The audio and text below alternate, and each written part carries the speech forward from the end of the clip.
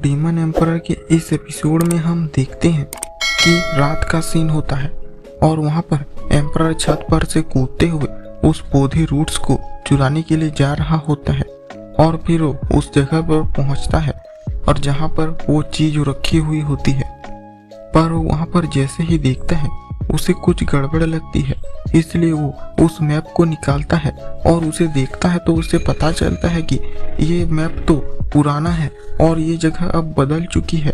इसलिए फिर वो अपने चाइल्ड ऑफ ब्लड को निकाल लेता है ताकि वो इस जगह की पहले छानबीन कर ले, फिर वहाँ पर घुसे।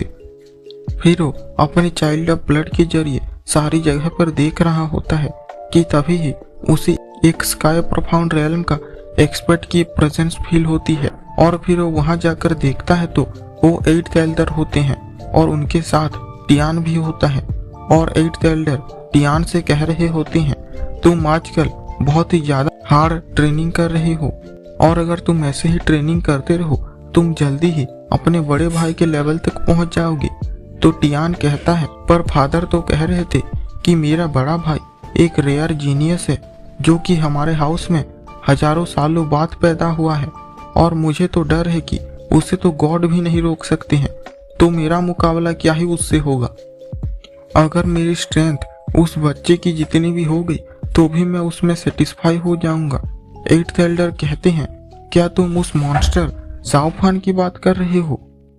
टियान कहता है, हाँ, और मैं कभी भी अपनी पूरी जिंदगी में किसी बात का रिग्रेट नहीं किया हूँ, पर अब मुझे बस एक ही बात का रिग्रेट है कि मैंने ज्यादा ट्रेनिंग क्यों नहीं की, ताकि जब निंग को मेरी जरूरत थी तो मैं उसकी मदद कर पाता, पर मैं उसकी मदद नहीं कर पाया। पर जब अगली बार उसे कोई प्रोटेक्ट करेगा तो वो जाओफान नहीं होगा, बल्कि उसकी जगह मैं होना चाहता हूँ। फिर 8th एल्डर कहते हैं, पर तुम उस सेकंड रेट की लड़की से शादी नहीं कर सकते हो। टियान कहता है, हाँ, ये मैं जानता हूँ, पर उस जाओफान ने मुझे एक बात तो सिखाई है कि जब तक तुम्हारे पास ताकत है इस दुनिया में तुम कुछ भी कर सकते हो। और आप ही कहा करते थे ना कि 7th एल्डर बहुत ही ज्यादा खतरनाक है, पर आखिर में उसके साथ हुआ क्या? वो जाओफान के हाथों मारा ही गया ना। और अगर मैं भी बहुत ज्यादा ताकतवर हो जाऊंगा तो मैं उससे शादी भी कर पाऊंगा, इसलिए अभी मैं और ट्रेनिंग करने जा रहा हूँ। और फिर वो वहां से चला जाता है और ये सब देखकर एम्परर सोच रहा होता है, ये तो मुझे एक अपना ओपोनेंट मानता है, पर ये अच्छा ही है क्योंकि अगर ये ताकतवर बन गया तो मैं निंग को इसके पास छोड़ सकता हूँ। और फिर वो जा रहा होता है कि तभी उसे किसी की आवाज सुनाई देती है और वो जाकर देखता है तो यान मिस डान से जबरदस्ती करने की कोशिश कर रहा होता है और उससे कह रहा होता है, मिस डान, कम से कम आप मुझे एक किस तो करने दीजिए, वैसे भी आपका फियांसे तो उस बच्चे के हाथों पीट चुका है और वो आपको अभी खुश नहीं कर पाएगा, इसलिए क्यों ना मैं ही तुम्हें खुश कर दूं। मिस डान कहती है, नहीं मिस्टर यान, होयू टावर की लड़कियां सिर्फ अपने हस्बैंड को ही अपनी बॉडी दे सकती हैं। तो उससे यान कहता है, पर जल्दी ही ये टावर मेडिसिन किंग पैलेस का हो जाएगा तो उसके बाद तो तुम मेरी ही हो जाओगी ना, तो हम ये पहले कर लेंगे तो क्या हो जाएगा। और उसके पास जाने लगता है, पर तभी मिस डान कहती है, रुको, मुझे आज रात को मेरे मास्टर के पास जाना है। तो ये सुनकर एम्परर रुक जाता है और सोचता है, इसकी मास्टर तो मुडान हाउस की ओनर है, इसका मतलब हुआ कि मैं अगर इसका पीछा करूं तो वहां तक पहुंच सकता हूं। और फिर वो अपने चाइल्ड ऑफ ब्लड को यान की बॉडी में भेज देता है और फिर यान नीचे गिर जाता है और उसे बहुत ज्यादा दर्द होने लगता है और उसी वक्त मिस डान वहां से भाग जाती है और फिर एम्परर उसका पीछा करने लग जाता है और कुछ देर बाद वो मुडान हाउस पे पहुंच जाते हैं।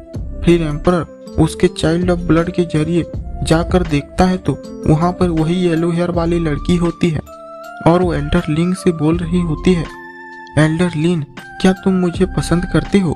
तो एल्डर लिंग चिल्लाकर बोलता है, हाँ हाँ, मैं तुम्हें पसंद करता हूँ, तुम कितनी ब्यूटीफुल हो। फिर एम्परर ये सब देखकर सोच रहा होता है, हर जगह बस यही क्यों हो रहा है, पर चलो अभी के लिए यही देखते हैं। फिर वो येलो हेयर वाली लड़की कहती है, अगर तुम मुझे पाना चाहते हो तो तुम्हें मेरा आदमी बनना होगा। तो एल्डर लिंग बहुत ज्यादा खुश हो जाता है और कहता है हाँ हाँ मैं जरूर बनूंगा। और फिर वो लड़की कहती है तो क्या तुम्हें सारी शर्तें मंजूर हैं? और तभी ही अचानक से एल्डर लिंग शांत हो जाता है और कहता है तुम्हें पता है कि मेडिसिन किंग कितना ज्यादा खतरनाक है, फिर भी तुम मुझे उसके पास मरवाने भेज रही हो। तो ये सुनकर वो लड़की गुस्सा हो जाती है और चिल्लाकर कहती है तुम तो अभी बोल रहे थे ना कि तुम मुझसे प्यार करते हो और तुम मेरे लिए जान भी दे सकते हो, और तुमने अपना इरादा इतनी जल्दी बदल भी लिया। एल्डर लिंग कहता है मैं तुम्हारे लिए मर भी सकता हूँ, पर ऐसी बेकार मौत नहीं मर सकता। तो वो लड़की चिल्लाकर बोलती है तुम सारी मर्द बिल्कुल झूठे होते हो और तुम निकलो यहाँ से।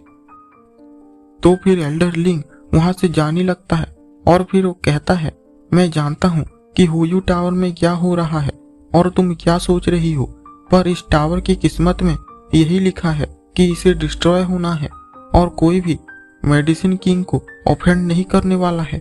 इसलिए अगर फ्यूचर में तुम्हारे लिए कोई जगह ना बचे तो तुम मेरे पास आ सकती हो।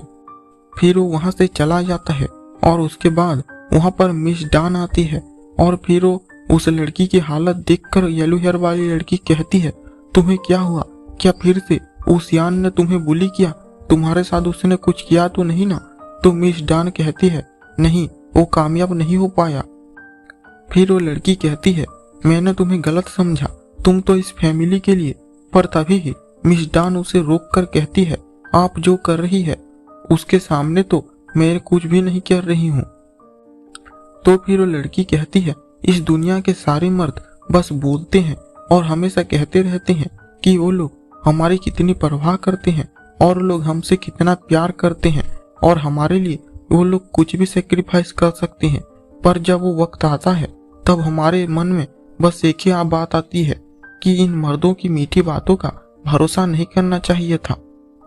फिर मिस डान कहती है पर जाओ फान उनमें से अलग है।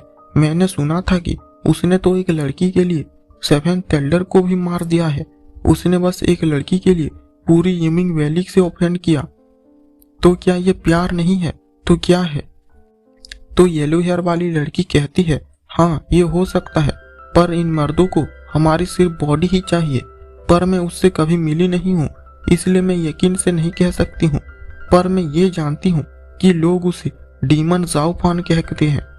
तो हो सकता है कि उसने उस लड़की के लिए नहीं बल्कि 7th एल्डर से बदला लेने के लिए उसे मारा हो। और अभी तो मुझे लग रहा है कि तुम भी उससे प्यार करने लगी हो।